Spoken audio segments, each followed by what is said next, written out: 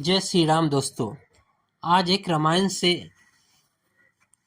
बहुत महत्वपूर्ण कहानी लेके आया हूँ। कहानी का शीर्षक का नाम है क्या सीता मंदोदरी की बेटी थी। इस बारे में अगर आपको पता है तो कमेंट बॉक्स में हमें जरूर बताएं। तो चलिए शुरू करते हैं। कई विद्वानों का मानना है कि सीता और रावण के बीच पिता पुत्री का संबंध था, परंतु रामायण के सबसे प्रथम वाल्मीकि रामायण में इसका कोई प्रमाण नहीं है। रामायण के कई विषय आज भी शोध का विषय हैं। प्रभु श्री राम के जीवन पर 120 से अधिक अलग अलग रामायण लिखी जा चुकी है। इन्हीं में से एक अद्भुत रामायण में इस बात का उल्लेख मिलता है कि रामायण और सीता का संबंध पिता पुत्री का है। रावण और सीता का संबंध पिता पुत्री का है। अद्भुत रामायण दो प्रमुख ऋषियों वाल्मीकि और भारद्वाज ऋषि के बीच का संवाद है।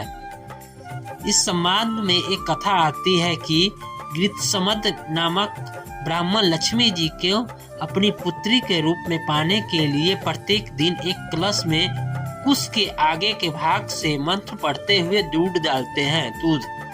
एक दिन रावण ने ब्राह्मणों की अनुपस्थिति में उस कलश में रक्त डालकर लंका ले गया।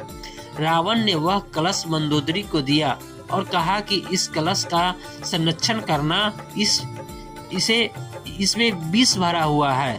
इसके बाद रावण वन चले गए। अपने पिता की अपेक्षा से दुखी होकर आत्महत्या करने का सोचा।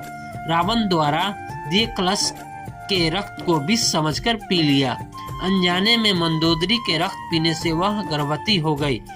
मंदोदरी ने सोचा कि मेरे पति मेरे पास नहीं है और जब उन्हें इस बात का पता चलेगा कि मैं गर्भवती हो गई हूँ तो वह क्या सोचेंगे। यह सोचकर मंदोदरी तीर्थ यात्रा को बोलकर कुरुक्षेत्र आ गई, जहाँ उनसे गर्भ निकालकर भूमि में दफना दिया। यही गर्भ परिपक्व होकर मिथिला के राजा जनक को खेत में हल चलाते समय माता सीता के रूप में प्रकट हुआ। तो ये थी सीता जन्म कहानी। आपको यह कहानी कैसे लगी कृपया जरूर बताएं।